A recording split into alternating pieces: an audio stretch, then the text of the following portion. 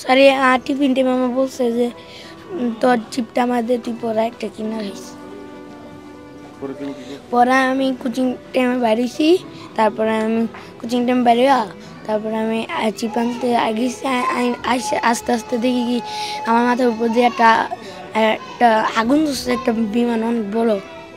বাংলাদেশের একমাত্র smart city Bashundhara এখন আরো নিরাপদ, আধুনিকতায় আরো এক ধাপ এগিয়ে। আমার মাথার উপর দিয়ে দিতেছে, তারপর সামনে তাকে দেখি কি আমাদের বিল্ডিংটা আছে না, পুরোটা একদম আগুন দিয়ে বোঝা গেছে। আমার বোনটার পাইনি, খুঁজছি আর পাইনি।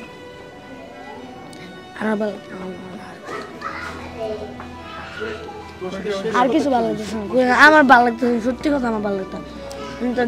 For more update, follow us on Facebook, subscribe our YouTube channel, get the latest update on www.daily-sun.com.